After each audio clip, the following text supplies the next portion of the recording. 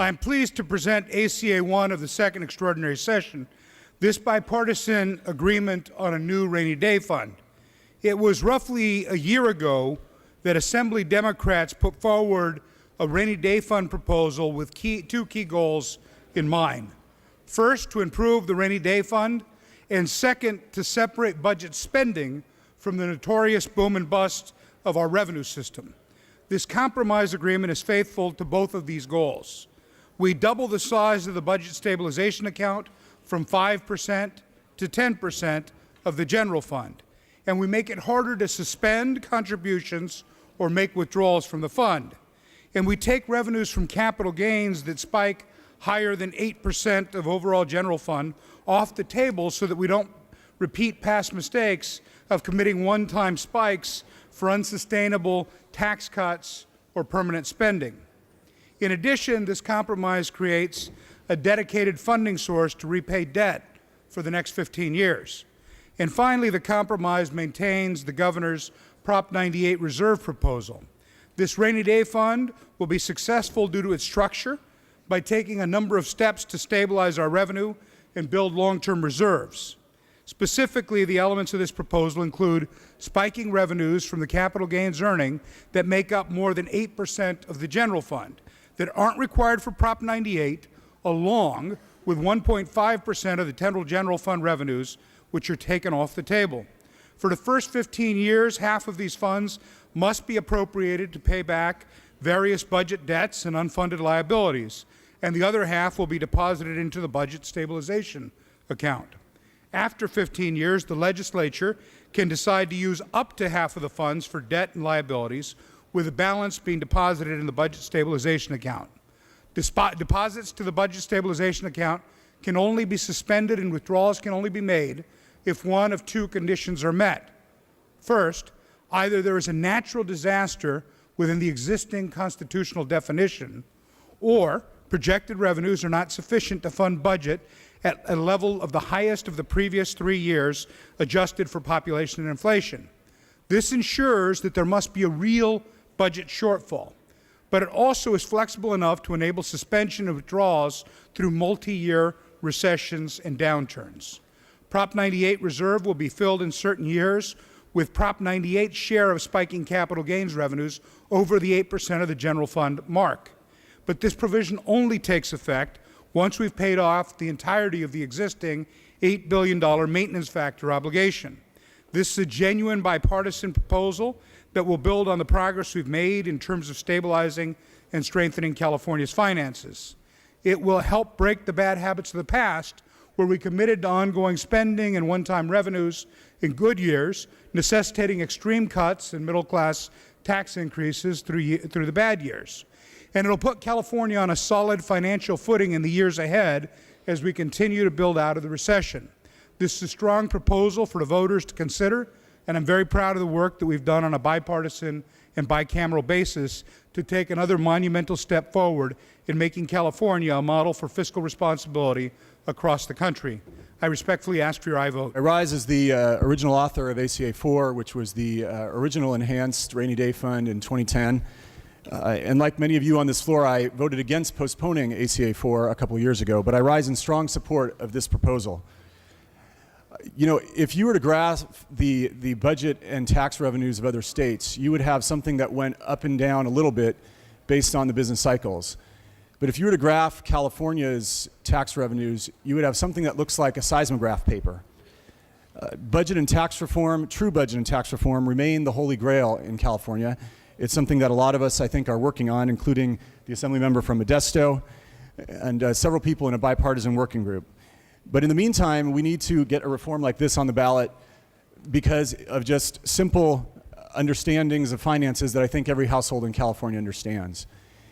If you were to point to any household in California or any room of regular Californians, and you said, here, over there is a very, very wealthy individual. She's got a great job. She's been working for several years, but she does not have a savings account. Well, you would say, well, that's a very irresponsible household. But that's something we've been tolerating in the state government now for a long time. This measure would take the most volatile of California's revenue streams, which of course are capital gains, and it would do wonders with them. It would put them away and put them to good causes, including paying down that famous wall of debt. This is a very, very important reform, and I respectfully ask for your aye vote. I too rise to support the bipartisan Rainy Day Fund compromise in ACA 1, a bill that I am proud and privileged to co-author. The proposal before us today is an example of what is possible when we set partisanship aside and work together to do what's right. One of the main reasons we have seen such painful tax increases and painful budget cuts in recent years is because of the volatility of our state's tax revenue. A tax windfall in one year can just as easily turn into a multi-billion-dollar deficit in the very next year. Instead of saving, past legislatures chose to spend all the money on new ongoing programs.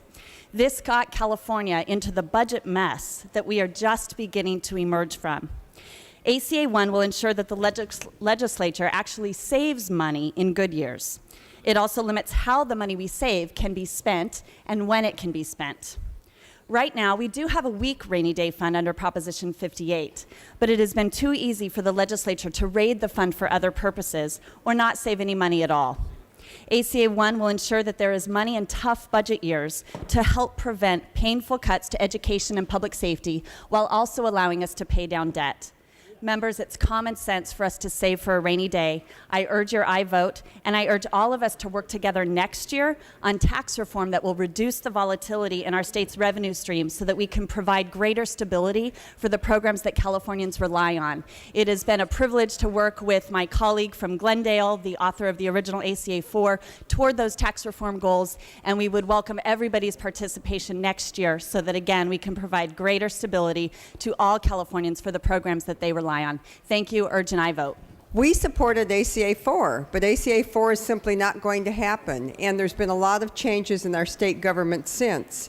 I think this provides for a lot of security for many of us here. It provides for security that we won't be issuing new debt when we're crumbling. It provides for some security that Prop 30 tax increases can truly go away. It also provides for some security that we won't be borrowing from the federal government and locking ourselves into future payments that continually escalate the cost of our general fund. We have a lot of things that we did back in the 2008 timeframe just to get by. But there's no doubt about it that California lives from booms to bust. It is our way our tax system is run. It is personal income tax, capital gains. That's how we live in California. And so we need to kind of level that out, because when people are making money, we're doing great and we're spending every last dime. When people are not making money and we don't have a lot of IPOs out in the Silicon Valley, we crash. And so we've seen this for like 20 years now. The 1990s had a big crash. The 2000 we had the dot-com bust. We've had the real estate crisis, which quite honestly was caused by derivatives and the spiraling all over the world. That was a world economic downturn. And we can't keep spending every dime we have. We have to provide for our future, our children, our schools, our seniors, and all of those that depend on the state, and public safety. We've got a lot of issues with public safety. We can't keep taking it out of there either.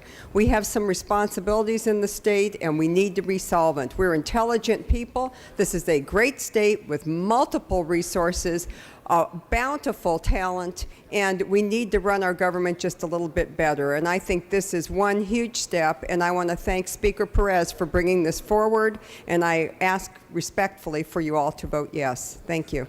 Pleased to rise in support of it. I look at this measure, I think of the words of the former Prime Minister of Britain, Benjamin Disraeli, who said, "To be a leader, one must learn to watch events."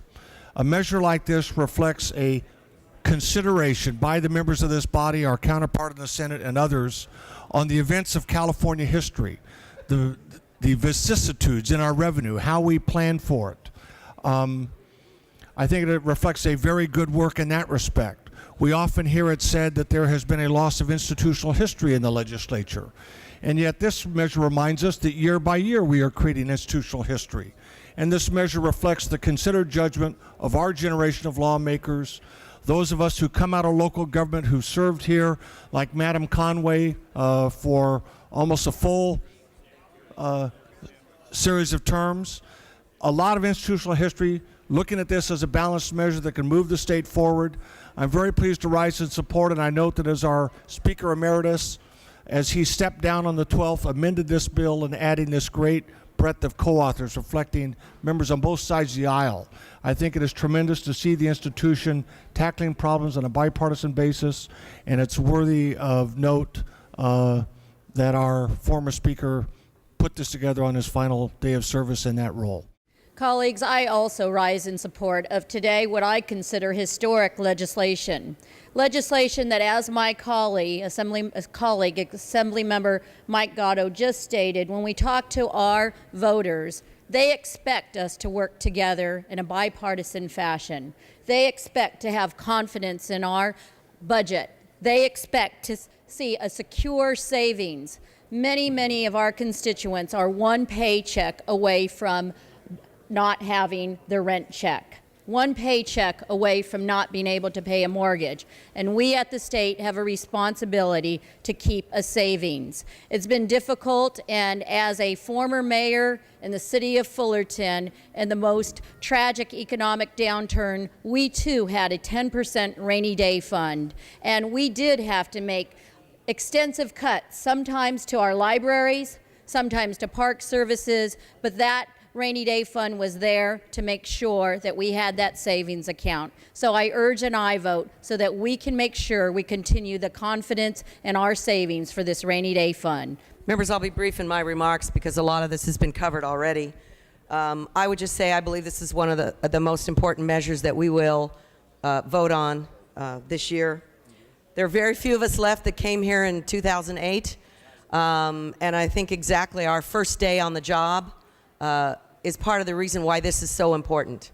We were told on that day we had a $40 billion multi-year deficit, and to have to deal with it was our quest at that time.